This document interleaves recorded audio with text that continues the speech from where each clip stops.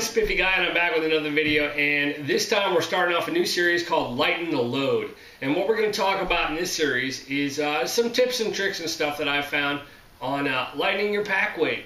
I'm all about trying to lighten my load and make it a lot easier for me to hike.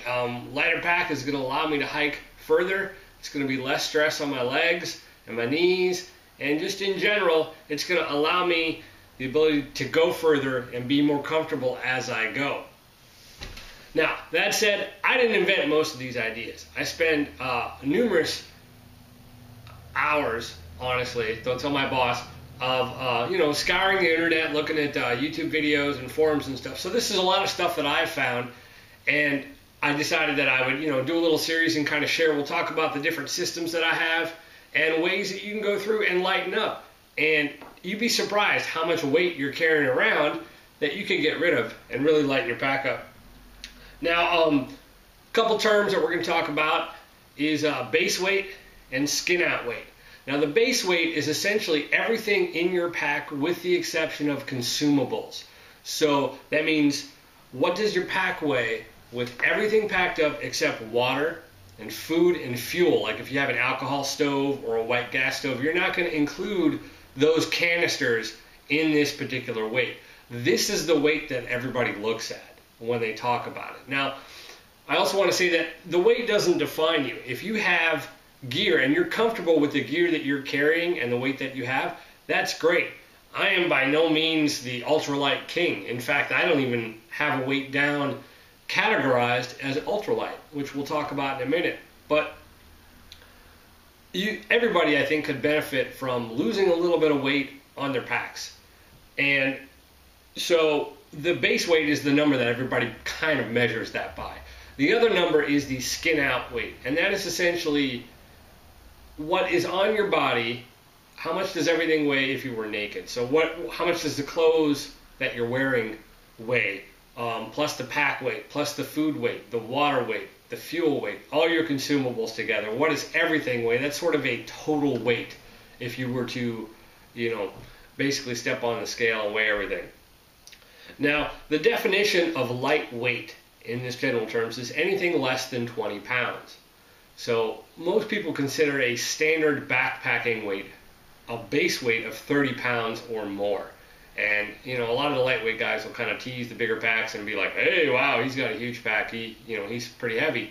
And I used to carry a 30-pound pack base weight, and it's heavy. It really is.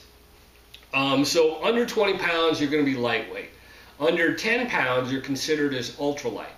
And if you can get under 5 pounds, then you're considered super ultralight. And if you're really the minimalist, and you get under 3 pounds, you're considered extreme ultralight. And I will never get that far. I think basically just a water bottle and a trash bag, and you'd be over super ultralight. I don't know how you can get that low. But some of the things that are important when looking at your gear and trying to get lightweight is basically you have to get into that lightweight mentality. And some of the tenets of that are multi-use. And you have to look at your gear as Dave Canterbury would say, I don't take anything unless it does 3 different things for me. And that's kind of what you need to look at. You don't take a trowel to dig a cat hole to poop in. You use a tent stake. Because obviously, hopefully you would dig the hole before pooping in it so your tent stake wouldn't be compromised.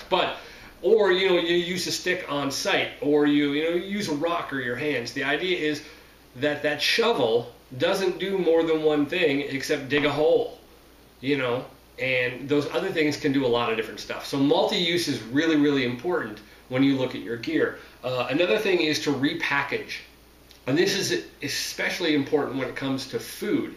The ability to portion out your food. Don't take the 2-pound bag of trail mix for a weekend camping, unless you're going to eat 2 pounds worth of trail mix. If you come back with extra food, things like that, then you may need to look at your system and possibly repackage stuff into smaller containers so you only take what you need. A good example of this would be soap. in a hygiene kit. There's no reason to take 4 ounces of soap for a weekend when you're only going to use 4 or 5 drops if you're cleaning things with soap, if that's what you take with you. So repackaging is going to be really important when looking at your gear. And another big one, and this is one that I've adopted quite a bit, is modification. You need to look at your gear, and if your gear doesn't suit your needs or has extraneous things on it, then you modify it. And this is where people come in, where they cut straps. You know, you have load lifter straps that are this much too long. Well, there's no point. You know, cut that in half. You're reducing weight and you're reducing the floppiness of extra straps around. Some extreme examples would be to remove labels out of clothing. You know, and you know, remove cord locks is one thing that I do. I don't use cord locks. I can just wrap the string around my finger and kind of make a little half hitch, and I'm good to go. I've been following the Scott Expedition, and if you haven't seen that, check out the website, scottexpedition.com. These two guys are following the old trail of Scott that Scott took back in 1904 or whatever it was, towards the South Pole.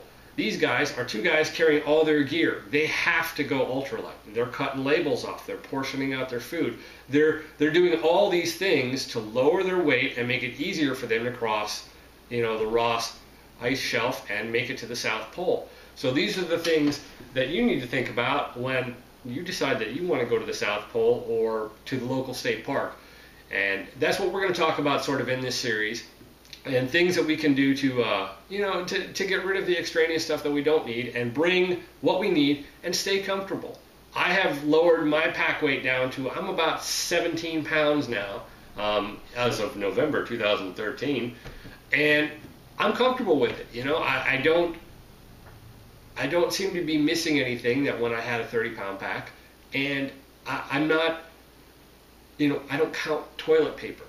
Another important thing about going lightweight is there's the gear versus skill, and there's a large argument as to you know, the type of gear that some people bring because they lack the skills. An example would be fire starting. Some people say, well, you bring a lighter or you bring, you know, a ferro rod. You don't need that ferro rod if you know how to use a lighter. Well, there's certain the survival aspect of it and being caught with gear that is going to work, but you know, skill will come into play when, like, you're pitching a tarp instead of a tent. You know, a tarp is going to be a lot lighter than a tent, but if you don't have the skill to pitch a tarp and reliably, or choose a good campsite for that tarp that's not going to flood out if it happens to rain, then you can run into problems. So you need to assess your own skill at that point and see how that's going to relate to the comfort when you're in the field. And, you know, certain things you may want to bring that would make you more comfortable in the field. And if they weigh a little bit more, then that's a weight penalty that you'll have to decide whether or not you want to take. So if you're going to lighten your load, one of the things you're definitely going to need is a scale. I bought this one at Harbor Freight for like 20 bucks. It plugs into the wall. It does take batteries. Say if you needed to go to a store, you wanted to weigh up some gear at REI or something, you could take this with you.